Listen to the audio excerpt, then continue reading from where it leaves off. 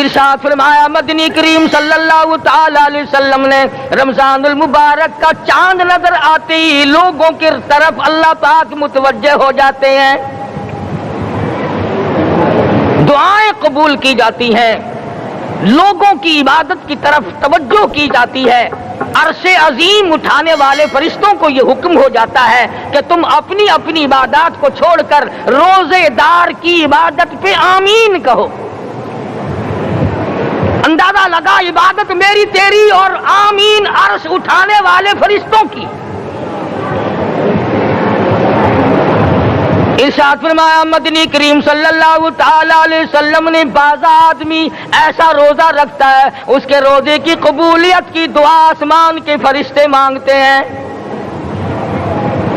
بعض آدمی ایسا روزہ رکھتا ہے ادب کا لحاظ کرتا ہے، احترام کا لحاظ کرتا ہے، عظمت کا لحاظ کرتا ہے، رمضان المبارک کی ایک ایک چیز کو پورا کرنے کے لیے ہر وقت کوشاں رہتا ہے، اس کی روزی کے لیے، اس کے روزے کی قبولیت کی بخشش کی دعا کے لیے سمندروں کے جانور دعا مانگتے ہیں۔ السلام علیکم ورحمۃ اللہ وبرکاتہ۔ ناظرین، آج پھر سے آپ کی خدمت میں بیان لے کر آئے ہیں حضرت مولانا قاری حنیف صاحب رحمۃ اللہ علیہ کا، جس کا عنوان ہے رمضان المبارک کا چاند نظر آتے ہی اللہ کی رحمت بندوں کی طرف متوجہ ہو جاتی ہے۔ آئیے حضرات ہم سب مل کر اسے سنتے ہیں، بہت ہی فائدہ ہوگا۔ کتنی بڑی بات ہے،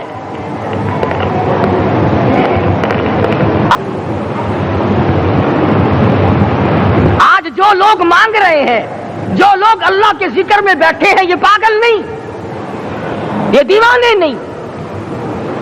ارشاد مدنی کریم صلی اللہ علیہ وسلم کا اسی رات کے بارے میں فرمایا، اللہ پاک جبریل امین کو حکم دیتے ہیں جھنڈا لے کر دنیا میں چلے جاؤ، لاکھوں کروڑوں فرشتوں کو ساتھ لے جاؤ، ہر گھر میں جاؤ، ہر دعا کرنے والے کی دعا پہ آمین کہو، جہاں جا میرے نیک بندے موجود ہیں اور جبریل ان سے مصافحہ کر۔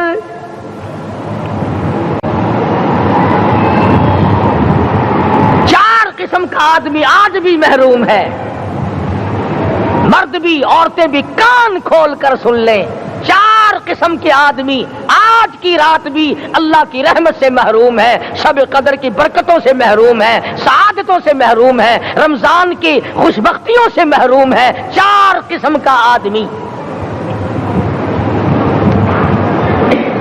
سب سے پہلا شرک کرنے والا،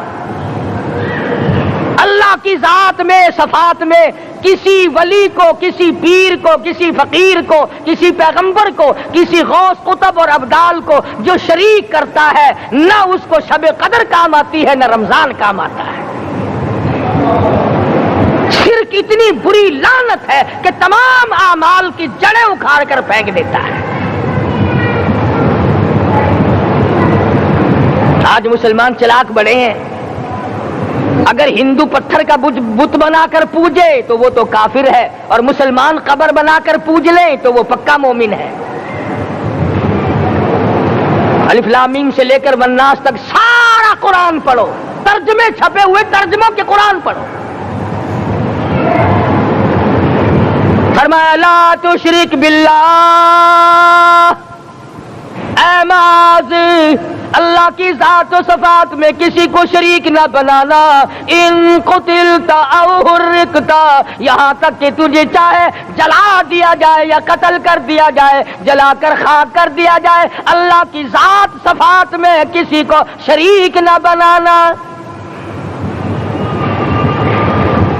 اور یہی مفہوم ہے لا الہ الا اللہ محمد الرسول اللہ صلی اللہ علیہ وسلم کا۔ فاران کی چوٹیوں پہ کھڑے ہو کر کالی کملی والے صلی اللہ علیہ وسلم نے جو سب سے پہلا خطبہ دیا، جو سب سے پہلا نرالا خطبہ دیا، وہ یہی تھا لا الہ الا اللہ، اللہ کے سوا معبود کوئی نہیں، پوجا کے قابل کوئی نہیں، نظر نیاز کے قابل کوئی نہیں، حاجت روا کوئی نہیں، مشکل کشا کوئی نہیں، تیری میری فریاد سننے والا کوئی نہیں، ایک اللہ کی ذات ہے۔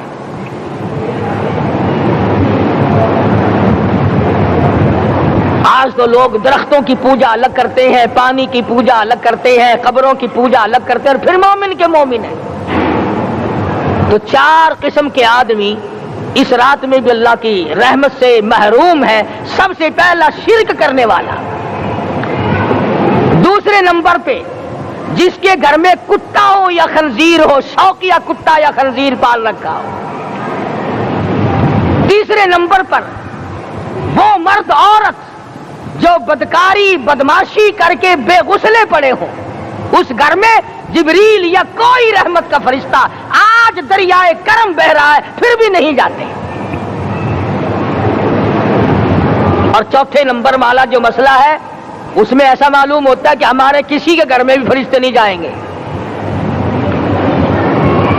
اب پہلے 3 نمبروں میں تو آپ خوش ہو گئے ہوں گے کہ الحمدللہ کافی سارے لوگ ہیں جو شرک نہیں کرتے یا کتا خنزیر نہیں پالتے، الحمدللہ نیک لوگ ہیں، اچھی نسل ہے، شرافت والے ہیں، بدکاری بدماشی زنا بھی نہیں کرتے۔